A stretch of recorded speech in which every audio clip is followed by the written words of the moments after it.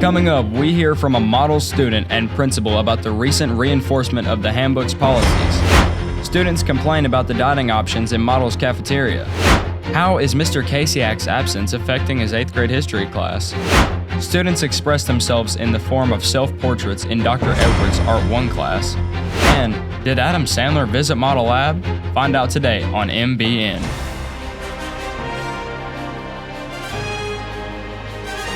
This is the Model Broadcasting Network. Hello, Model. This is Chase Lowry with MBN. Top story tonight comes from reporter Lily Higgins, where she spoke with Principal Holly Hunt about new policies implemented this school year. Since the start of the school year, Dr. Hunt has changed the rules regarding field trips and walking around campus. These changes in rules have seemed to be the topic of controversy at Model Lab, with many students and even teachers claiming they don't see why this was an issue, as many of our students here participate in dual credit classes on EKU campus. For example, if a student wanted to walk from the Powell building, it'd only be a 5-minute walk. The campus has many police on site in case of a rare emergency. So if we can get enough students and teachers to get Dr. Hunt to change this rule, it will allow our high school students to have more freedom and teach them responsibility. Let's see what Dr. Hunt herself has to say about the issue. Well, I wouldn't say that I really changed the rule. It's always technically been a rule that students are not allowed to leave campus unless they are on dual credit. I think in the past it just has not been enforced as much. And so this year, I really felt that it was one of the priorities that I needed to make, because I feel like that sometimes our students feel as though they have a lot of freedom, which is good. I like that. But they have to understand that when they are in school that I am responsible for them. So it is really my responsibility to know where they are at all times. And so I wouldn't, again, say that I changed a rule. I just chose to make it a priority to enforce. Each year, Model Laboratory School updates their student handbook. Due to a new rule this year, students aren't allowed to leave campus. This includes visiting vehicles parked in the AC parking lot and going to EKU-owned establishments such as Starbucks and Case Dining Hall. These rules will be enforced on all students that are not enrolled in dual credit classes, to which there may be excuses. Let's talk to a model high school student to see how they feel about this topic. I think it's understandable for students, especially if you're in a lower grade level, because you can go out and really do whatever, and it makes it harder to keep up with everybody. Each day at Model Lab, students look forward to going on their main break that separates their morning and afternoon classes. This is where they can sit down, talk to their friends, eat lunch, and just relax before they finish out their day. Options include chicken tenders, chicken sandwiches, cheeseburgers, fries, sushi, and mozzarella sticks in the cookie, with limited meat options and vegetable options. Students have complained about how the lunch options are so slim. There's nothing new, and it's just the same food every day. Maybe different types of things compared to the same thing every day. The only healthy thing they really have is salad and fruit. Yeah. Now, students are demanding the Model Lab lunch menu should expand in order to make students happy. Students have had a lot to say since the beginning of the school year, including how 8th graders have been affected by a teacher's absence. Reporter Rayon Hassan has more on this. This week in Mr. Kasiak's 8th grade social studies class, Mr. Kasiak has unfortunately been absent all week long, leaving students to a substitute teacher. We asked Alexander Birch his thoughts on the situation.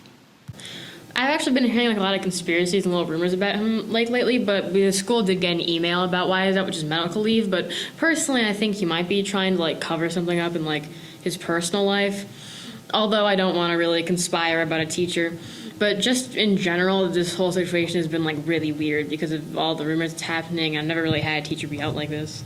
Students have been assigned to work on a Google Slides presentation where they put together a marketing campaign for one of the 13 colonies and groups. Students are expected to make the presentation sound and feel like a real marketing campaign while providing sources and assigning slides to group members. This week in Mr. Edwards' Visual Art 1 class, students were asked to make their narrative self-portraits. Students are required to use many different tactics to make their portraits look dynamic and interesting. This includes perspective, complex posing, weight, balance, and positive/negative shapes. So to better understand this, here's an interview from an artist explaining these concepts. When I'm drawing, I try to pay attention to the perspective of the drawing and where I put the lines and like the overall shading of it and basically just like the flow of the drawing, like where my hand takes me. So far, many of the students have already started on their final piece. From the looks of it, there is good progress being made. At Model Laboratory School in Eastern Kentucky, they had a spirit week. And this week, students were asked to dress up as famous actor and comedian Adam Sandler. Coming up will be an interview with one of the Model Lab students, asked how they feel about this week's spirit week. On Friday, September 15th, the Model Patriots varsity soccer team went against the Somerset Broad Jumpers for the All-A state. They had a heartbreaking defeat in the second overtime of the game. The Patriots came to an early lead halfway through the first half with an excellent goal from Tanner Martin. They kept the lead for most of the game, including a spectacular save from Maddox Marks, until they eventually tied the game up. Yeah, so this is our first year winning something, and I think they're a great coaching staff. They push us, they'll have fun with us whenever there's time to joke, but they'll also get serious when they need to be, and that's when I think our team gets pushed to be ready for districts. I feel like we're going to have some good motivation going into them. I want to get a lot of people there to support us. Just be ready for districts. That's all I got to say. What's up, everybody? I'm Seth Lawson, and I'm here with the Model Broadcasting Network, and we're covering fall sports, and we're going to talk to some of our athletes. Let's get right to it. Great to have you with us. Thanks for having me. And I'm here with Lydia Wellness.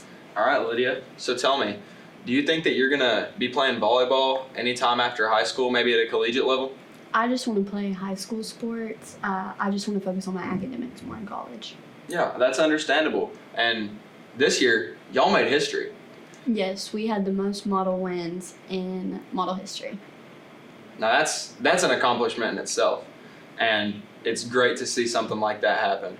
So tell me about the middle school team. What do you think is going to happen with the middle school team? I think that it would be good to have a middle school team because it'll make the high school team better in the future. Yeah, I think that the middle school team will be ready for high school when that time comes around because that is a big jump. Model's varsity volleyball team nearly ended their season with a 500 RPI. A few players stood out for their team, including Tiari Shaw, who led the team with most kills at 88 and blocks at 35, and Piper Moore, who had the most assists at an outstanding 129 assists. The Patriots also recorded their first district win in program history this season. Model's boys varsity soccer team had a stellar performance this season. They had a record of 14, 8, and 1, playing against some of the top teams such as Southern and Western Hills. The Patriots were ranked 38th in the state on defense, and their midfield, number 7, Kai Forsyth, was ranked 39th in total goals and had an absurd amount of assists. He contributed on average more than 1 goal every game. This team also won the All-A Region Championship and made the first appearance at an All-A state game in program history. What's up, Model? I'm here with... Hi, I'm Chase Collier. I'm a junior, and I'm on the Model Boys soccer team. It's great to have you with us, Chase. Thank you so much for having me. Got a couple questions for you? All right, shoot. All right. So, what are your thoughts on this season? The season has been absolutely fabulous. I mean, our defense, top 50 in the state, and of course, our midfielder, number 7, Kai Forsyth, also top 50 in the state. Absolutely beautiful. Man, sounds like y'all had a phenomenal season. It was absolutely. Tell me about the All-A region. Of course, we actually managed to beat out Frankfurt in the championship game, and we are now the first ever All-A championship team for this school. Great accomplishment by y'all. So, as you're going to be a senior next year. I will, yes. And as an upcoming senior, do you see yourself playing soccer again? Absolutely. I have to be there for my fellow teammates. I feel like being there for them the whole season, and then, of course, senior night, I have to help out. It'll be absolutely phenomenal with that. Now, what about the younger kids? Do you see them coming up, having a good time playing high school soccer? I think that first practice is gonna hurt them a little bit, but you know what? After they get past it, it'll be just fine. They'll be having fun. I can completely agree with that. I appreciate your time, Chase. Right, thank you so much for having me. This has been Seth and Chase from the Model Broadcasting Network. Thank you for watching, and we'll see you on the next one.